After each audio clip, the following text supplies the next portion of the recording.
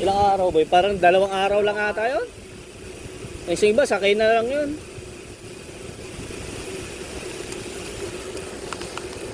Baka next time, tulurin ko dun. Oo, pwede din. Saka magbaon ka din ng budget mo, pang tulog. Mahirapan ka magganap ng barangay hall doon. Nag-ano ako, may tent ako.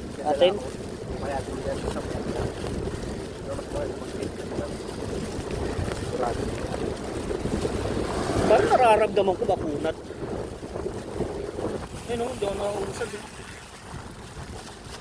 O malakas na yung hangin.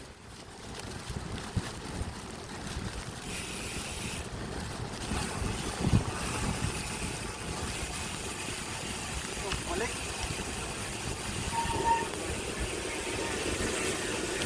Ah, nabitin.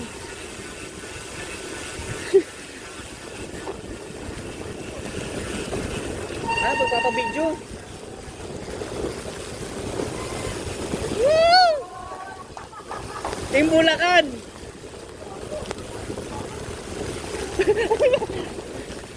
Kala ko nabitin ka.